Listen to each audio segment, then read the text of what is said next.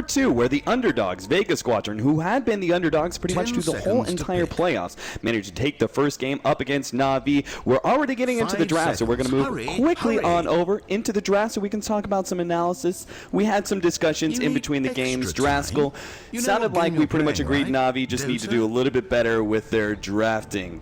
You were fine with the first one too, but... Yeah. The way that they ended up was really bizarre, because I'm pretty sure they picked the Bloodseeker, and then Vega picked Beastmaster, and then after that, Na'Vi decided to go with his Sven last pick when there was already a black hole on the other team. Or no, Vega, excuse me, they last picked Enigma. So that one I can kind of understand a little bit, but it just didn't make any sense why you want to go double melee core if you're going to pick another hero to... Like, Bloodseeker, just why?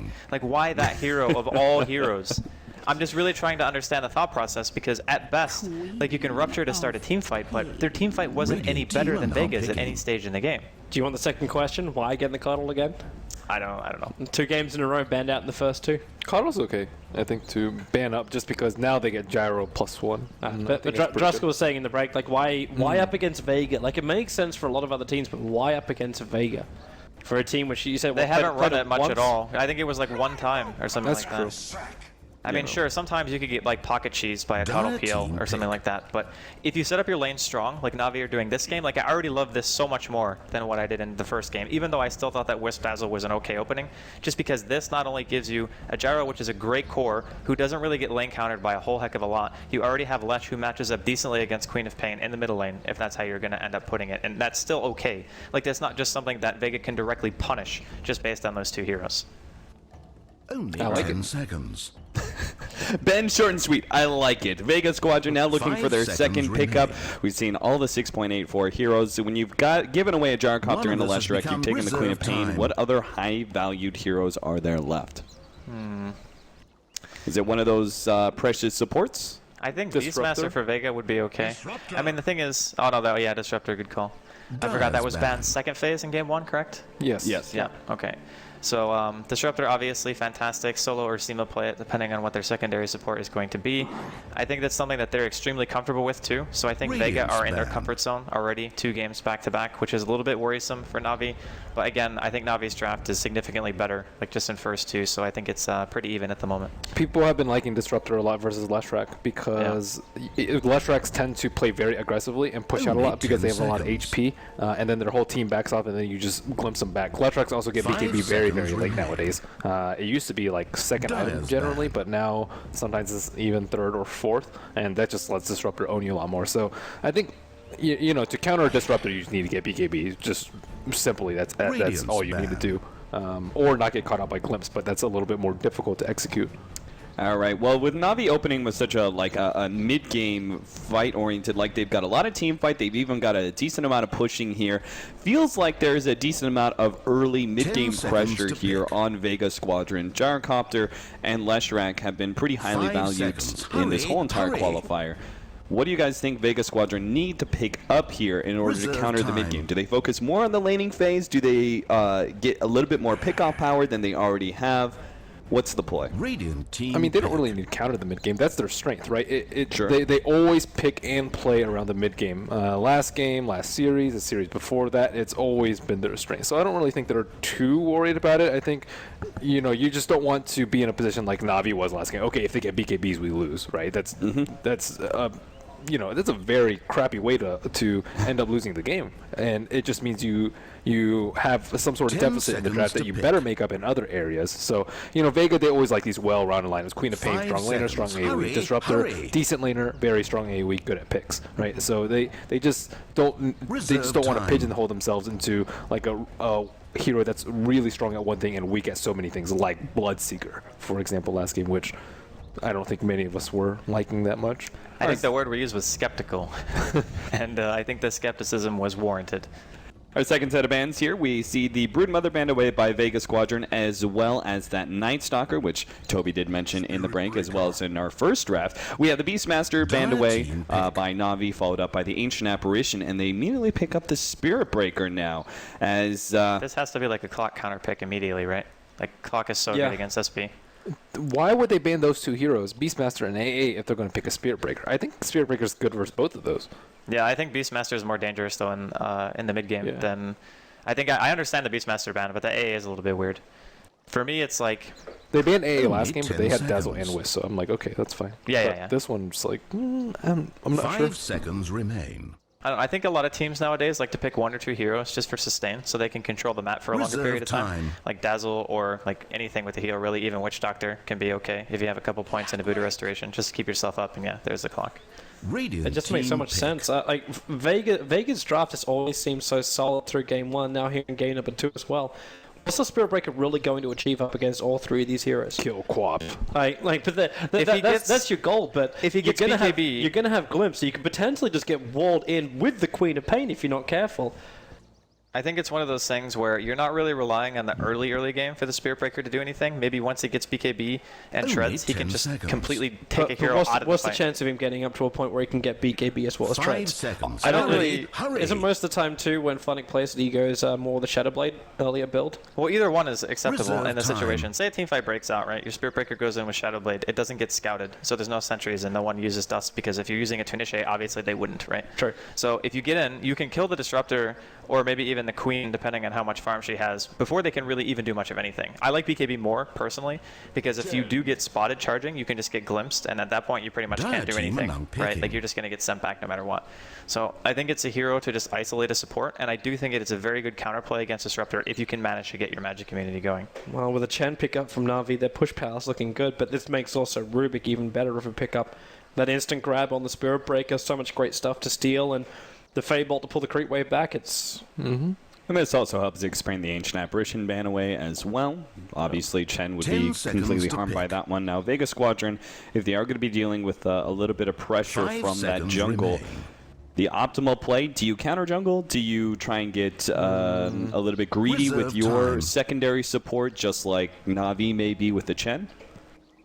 Well, some teams will turn a bounty hunter, but Vega. Oh, here we go. Vega's not really a bounty hunter classic team. Pasha. Classic Pasha. Vega actually almost always do this against gyrocopters. They always pick Ursa, and It- it it actually makes- totally destroys him. This is also one of the questions we asked when we're sitting in the lobby, and Na'Vi chose to go Radiant on this game. It was their decision to do so. Only 10 and seconds. I know, I think the win rate's a little bit higher on Radiant of late in this 5 patch. seconds remain. But Vega just love it when they could just run a free Ursa on the Dire side. Reserve You pop time. in, you take Roshan. You don't do it from your level 1. We're not looking at that for Vega. We're looking at it for the perfect time when he's got the Morbid Mask. You're moving behind the tier 2 tower mid, smoke up, run in, take Roshan. And it's so quick. It's so quick with that Dire's ultimate of bad. Ursa that you just can't contest it. And you can't scout, like, what have they got to scout for it as well? Chen creep, but that's True. the most likely thing. Are you going to commit a Chen creep? You might better get like someone like the Undead Minions from the Troll Summoner. Like that's one way you could check out for it without having to sacrifice your presence on the lane. 10 Now- seconds to pick. Go ahead. His Enrage is really useful this game. They don't have any Blink initiators, which is a 5 big deal. seconds. Like they have Hurry, maybe hurry. Yule's initiation from Leshrac or Charge or Gyrocopter with Missile, but those are all pretty weak. And he can always get his Enrage Radiant from team fights. are now And if he can do that, he's always going to survive and then just get out of control. Like ideally with an Ursa, you just want to kill him before his Enrage. But I don't think that can happen this game. Great. Killing the further heal strategy, they ban away the Dazzle on the side of Vega Squadron. Lion being banned away by Na'Vi. I was just about to say, one of the biggest problems with an Ursa is that your best decision is going to be kiting him as much as possible. Do you guys feel like Ursa is susceptible to being Only kited 10 here? seconds. There is a bit of lockdown from the Spirit Breaker. Leshrac and Gyrocopter can 5 focus a little bit seconds. more Hurry, on movement. hurry. Not with the SD ban. Well, SD and Dazzle are both taken away, so the Reserve Dazzle is good time against Ursa first. because the Dazzle never has to stand anywhere near the team fight, and you can just drop a grave on Dire somebody team when the pick. Ursa goes in. Same thing Right. as a Shadow Demon, pretty much. You just deter him from killing somebody in that 4-second enrage period or 3.75, whatever. Can you it even is. kite away from an Ursa when you got a Disruptor on your own team? Like he's always going to bring the food to the Ursa. Like it's I mean, what's likely to end up happening during team fights in the later game is the Spirit Breaker will have to go on Ursa every single time. Like, you just charge and ult him, even if he's BKB, to prevent him from just killing somebody straight up. Because other than that, they actually have 10 no way of seconds to disabling pick. through BKB. Yeah, ideally you want disables that don't actually do damage, but all their disables 5 are seconds like dual remain. or double as damage. Like Disruptor's Yeah. Glimpse is a good example, or like Disruption. Like those are all pretty good Reserve spells to time. kite an Ursa. But like if you want to use Nether Strike on him, there goes all your damage. If you want to use Echo and Fissure, there goes all your damage on Earthshaker. In which case, you've got nothing really left for the Queen of Pain and potentially a last pickup. Vega Squadron still looking at that last support. We do have a Chen and Earthshaker for Na'Vi that feels... Rubik, maybe? yeah. Rubik just feels right. Like it's gonna stop the push. There's so much great stuff to steal. Perfect counter up against SB in the early stage because it's instant. And if you do have to play around like with positioning, you've already got the clockwork, and then you add telekinesis on top of that and the disruptor. It's I don't see a better hero. There's a lot of really good stuff to steal this game. I like as Sand well. King too. I think Sand King's pretty Yeah. good counter to Sanking's Jhin. nice, yeah. Other options. That'll at least give you a jungle option too, which Vega don't have at the moment. I guess that's semi. Go for a bounty hunter. It's the classic counter to the Chen. So with that last pickup, we have our full drafts for each side. Gentlemen, what do you think about game number 2? Leading anyway, Draskell, starting with you. I like Vega's draft a lot. It's because I said Navi were going to win, right? And I don't want to like jump the train. I still think Navi are going to win, but I do think Vega's draft is better. Okay, Toby. I'm feeling secure. Toby, so happy.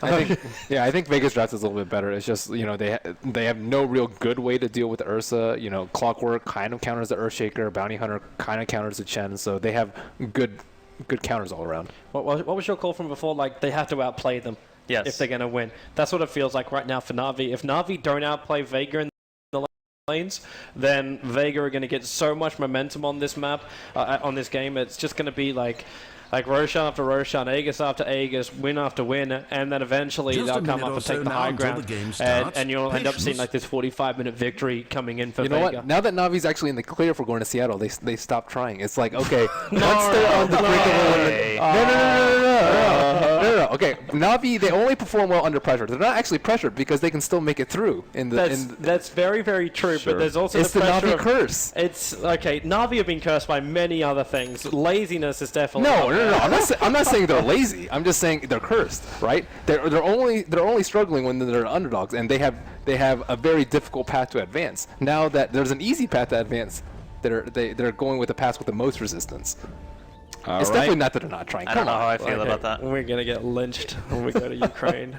All right, well, we'll see whether or not the lack of pressure makes 30 it so that seconds to Navi video fall game. apart. Our 30 panel seems to seconds. believe that Vega Squadron 2 had the advantage once again in the draft, but we'll see what happens. Game 2 going to be all Toby and Merlini.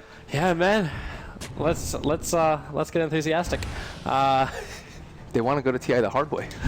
It's the hardest way. 2-0 down. We come back. We hit a 5-game victory. It's gonna be amazing. That's actually not true. They could have gone through open qualifiers if they really wanted to make it hard.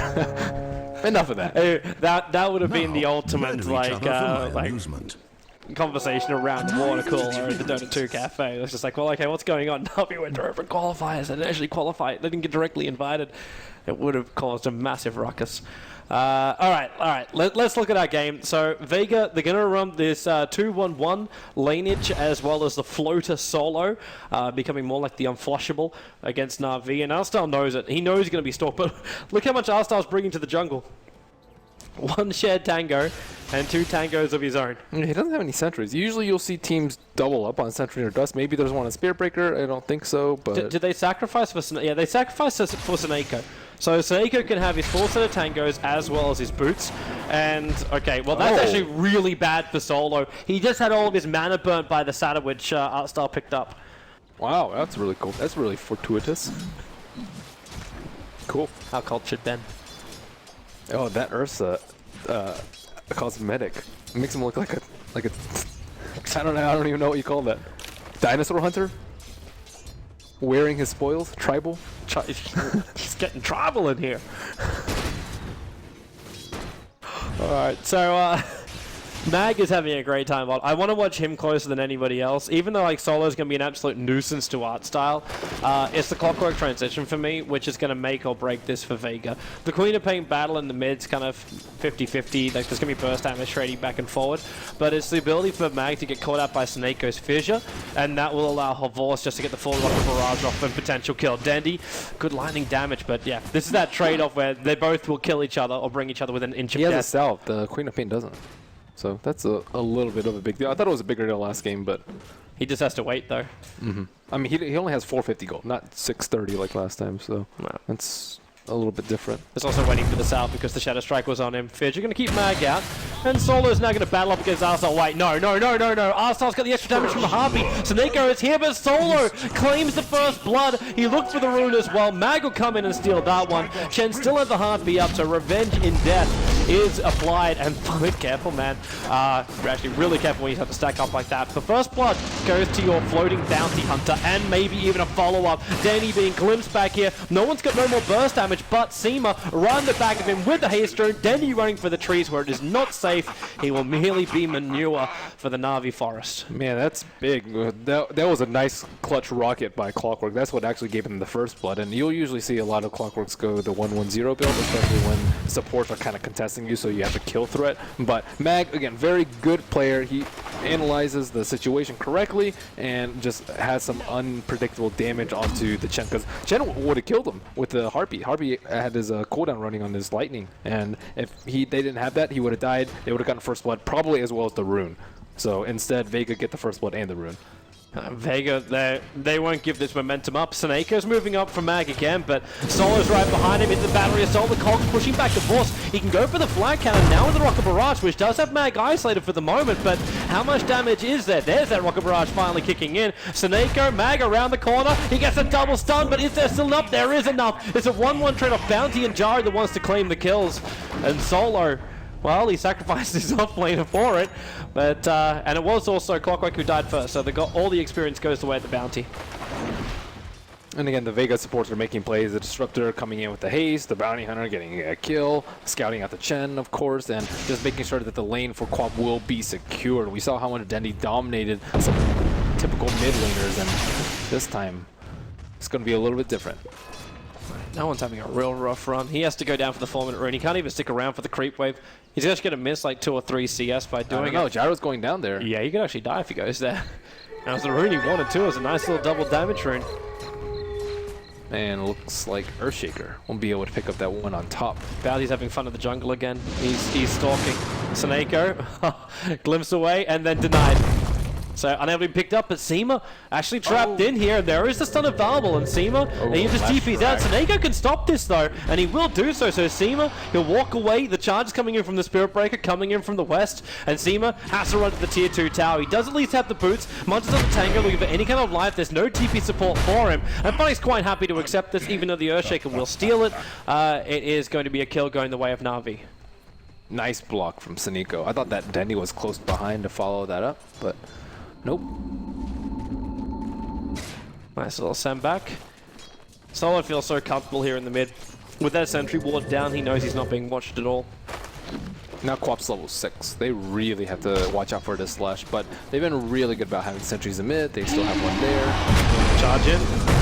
And Pasha wants to go for that Earth Shock, but he can't do it anymore. The stun missing from Seneko. He's got the bonus damage, but they have to walk around the fissure. And who's got the movement speed here? I think it's actually Seneko in a wave of Funnick into the tree lines. No one. One screen will do the work, and there it is. He'll take the kill up against the Spirit Breaker. And Seneko glimpsed away from Pasha, but Artstar rotated all the way in to come in, and the faith was tested, and he was not found worthy. The Ursa is brought down underneath his own tier 2 tower. As Seneko wants more.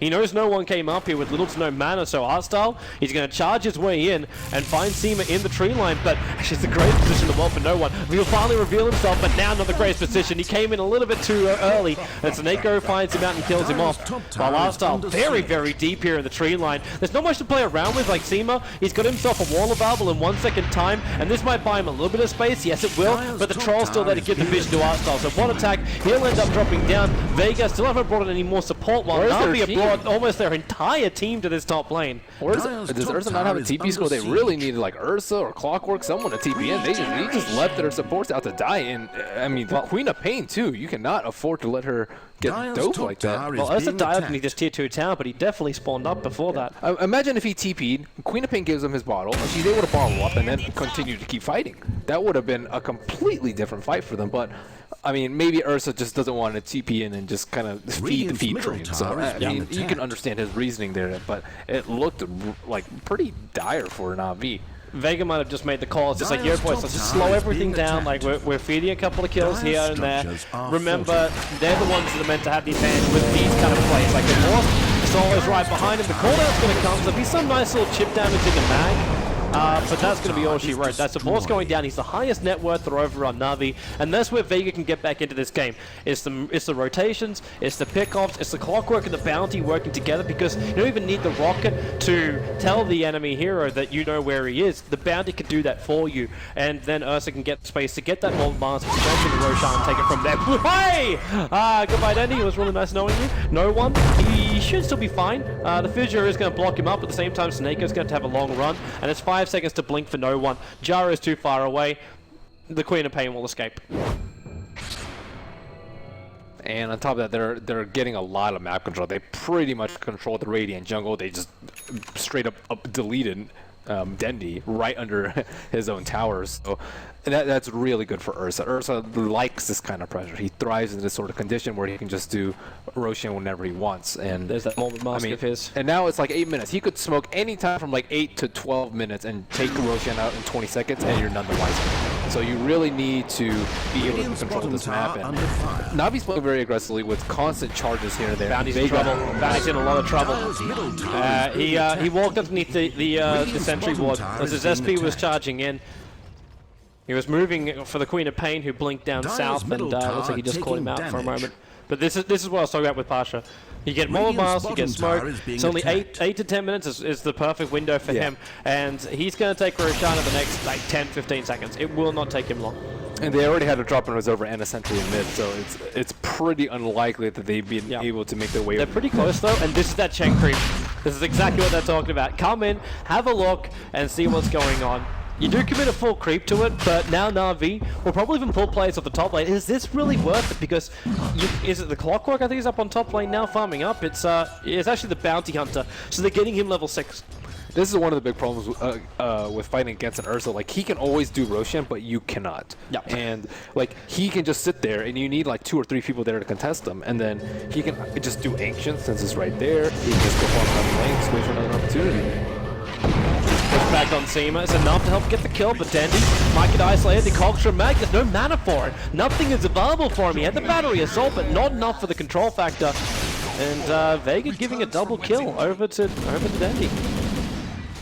Yeah, easy. Nice play by Funnick. I mean, Funnick has been charging people constantly and getting kills, and Vega, they're always outnumbered. Look at how invulnerable And, you know, Bounty Hunter's really good at getting information, but the thing is, you don't actually need the information. You know what Na'Vi are going to do. They're going to charge, they're going to kill, they're going to try and protect Roshan. Contest Roshan. is in pieces. It does make the Bounty Hunter pick up that question mark. Like, we're looking at something more like Rubik, someone who has control, waiting for Na'Vi to run at you, but can combo with the other heroes, where Bounty Hunter is more of the, I have to do something on the map, I have to be active, which means running into potential peril.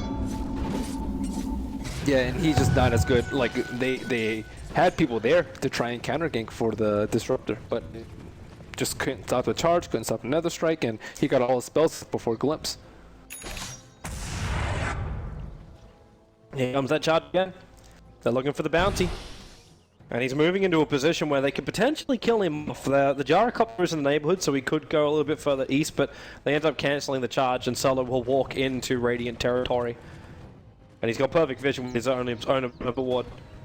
But where's that sentry? It's a little bit further up towards the mid-tier 1 tower. So he does not want to come in range of this, and I think he's actually poking around, trying to see if there is vision. And now in comes just Sonic Wave, and that's a track kill. That's actually quite big. That's really good money for them, and it's Bounty Hunter who ends the streak of Chen. Wait, Chen had a streak? How many kills did he pick? I know he picked off the Ursa behind the tier 2 tower.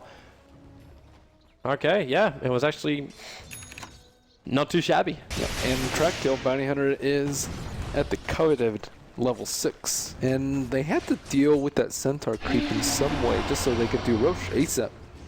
Well, it's like someone's getting charged on top. Earthshaker's there to follow up. And there'll be the Ursa himself. Snako looking to start with a fissure. He is going to be able to connect. And Funnick, where's this TV support? Well, there's no tier 1 tower, and he's just raged up. That is one angry bear. Careful about the life points. They can be taken away, but then the bash connects in on Pasha. He wants to rush and get himself some space, but instead just does as much damage to Snako before death. The track is up on Seneko, and there's a lot of rotation on the way in here. Seneko doesn't have a should have Vincere available now. Throws out the Echo Slam, controlling up Mag, but trapped the wall and ulti. Finally gets trapped inside of his Seneko. He'll be dragged back to the northern part of it, and with a scream from no one, they can mop them up. It's a double kill coming in for Mag of all people after he was the one looking to be dead to rights, and that's with a track kill, but there's more fun to be had. That was a track of Dendy coming in, but the fun is not over yet. Dendy, another track kill. They can just finish him off. He's ticking down the Shadow Strike, and they're going to get the bonus money. There's a lot of heroes up there for Vega, all it's getting the bonus cash. What a timely regeneration rune. Very nicely played by the Queen of Bane, just taking his life to the limit there. Almost 1,400 gold for the Bounty Hunter for that kill. And they're going to get more. Because there's art style. You Shadow Striked up. I think there's also an Orb of Venom on that Bounty Hunter. So you're not running away from him. Yeah, you got Earn Touch, you got everything. This Solo's movements have been absolutely superb. He deserves to be the number one net worth of his team. Pasha, he doesn't really deserve this, but he's a bear, and this is just like hatred against bears right now by Navi. They're hunting him all across the map. It's really bad for Vega that Ursa keeps dying, because if Electra keeps dying, that's fine. Gyro can carry his weight, but if Ursa keeps dying, I don't think Queen of Pain can carry the weight. Is it really that bad though? If you can just get like Aegis Immortal in for Ursa, like that's... Yeah, that's pretty good. And they need track kills there for him, but he's never there for the track kills. So his influx of gold is at a minimum. Dire's bottom tower is being attacked. He really needs that first Roshan to work for him. He does. Like that's really the way he gets back into this game. But now the Bounty Hunter's being a lot more effective. He has a mech?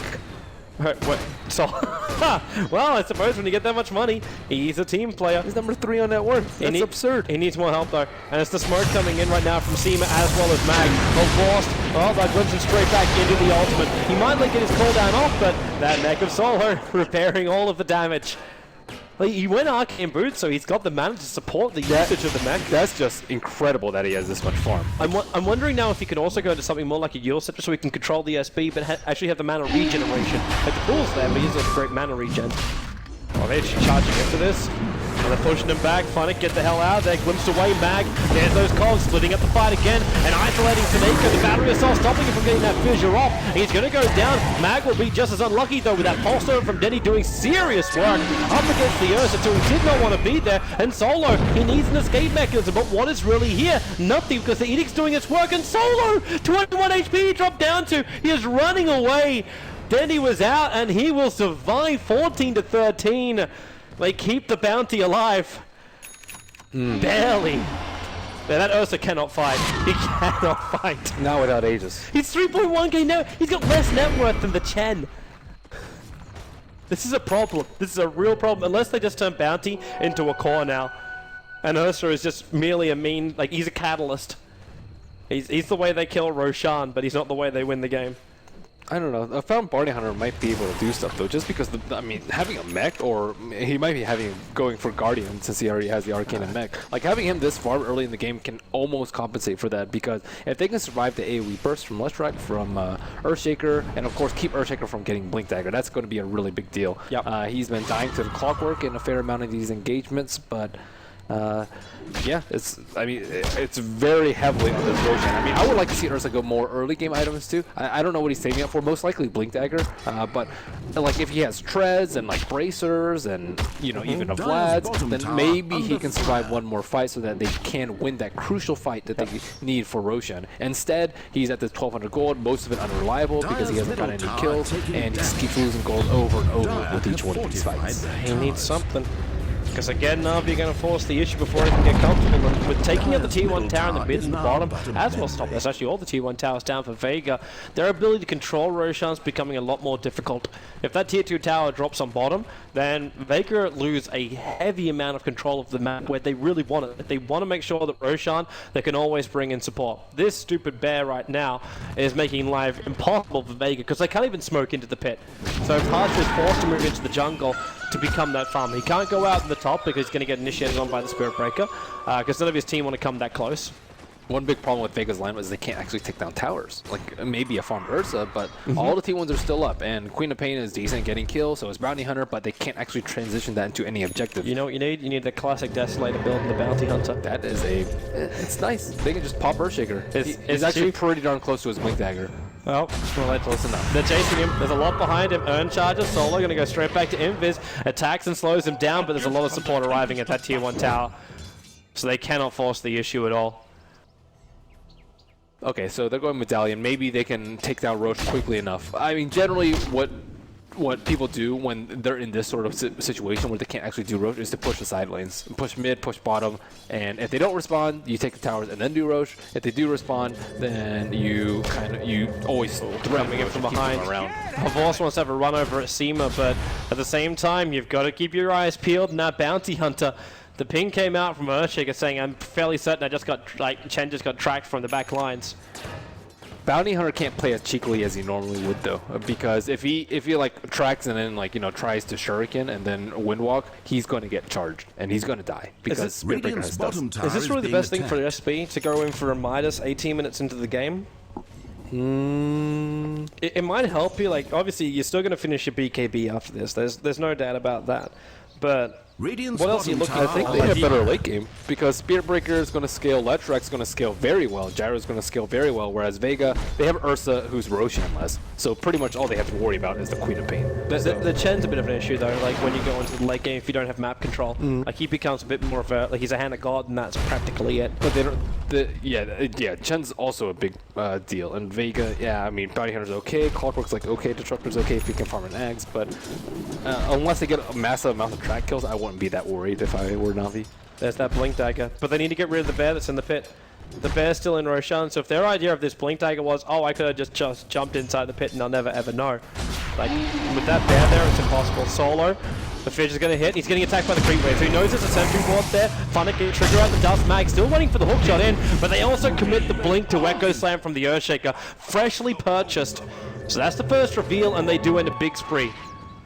And that all that money, or majority of it, goes to the Leshrac. Under fire. Yeah, that's Actually, not as much as I thought.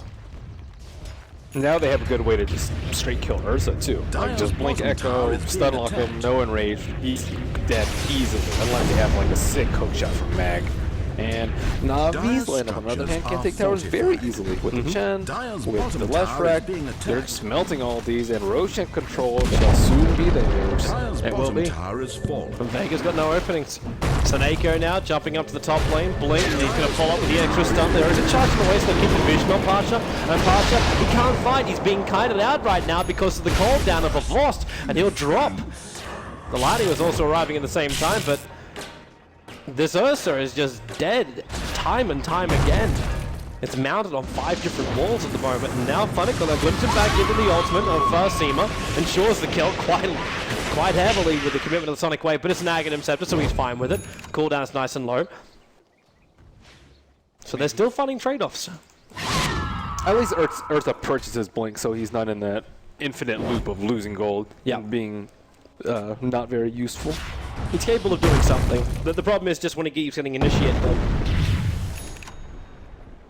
If that continues to happen, then like, oh wow, okay, that's a good callback. Dandy tracked up because they obviously going to keep that vision because of the track.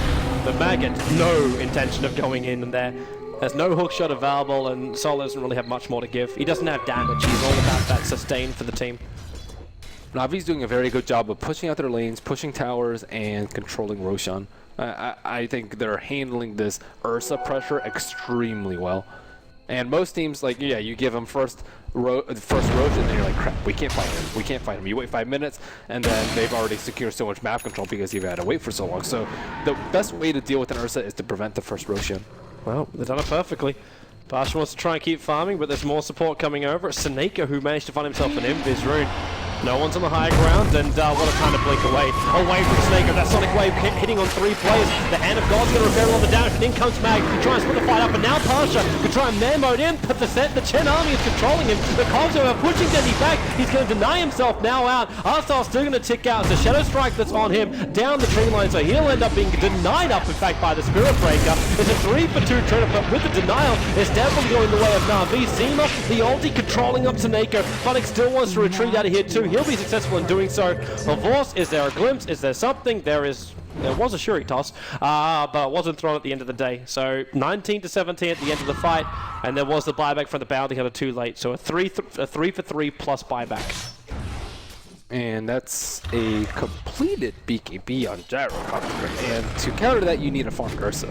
Or else he's just going to get stunned while you try and man up on the BKB Gyro. And that item is just not out there right now for him. But Queen of Pain closing in on a BKB over. Oh, they did nail that bear inside the pit. Let's see if Art Style is vigilant enough to send in more. And he's already bringing another Watchman. There's just no window for Ursa to do this without the towers down. You basically have to kill off Chen, take out his entire army, and then go for Roshan. Or just win one team fight. Yeah.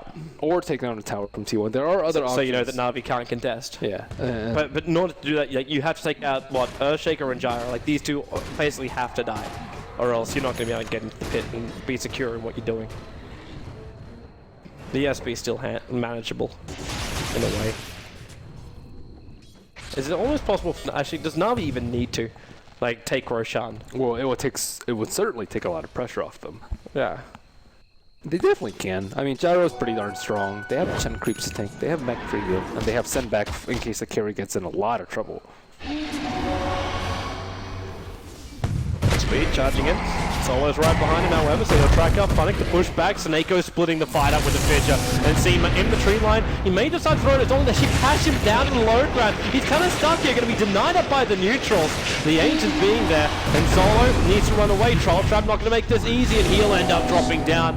The charge kept the vision. And that's 2 players lost for Vega. One of them, yes, one was a denial, but Funnick's too lucky. He got too many bashes. RNGesus, man. So how many is it?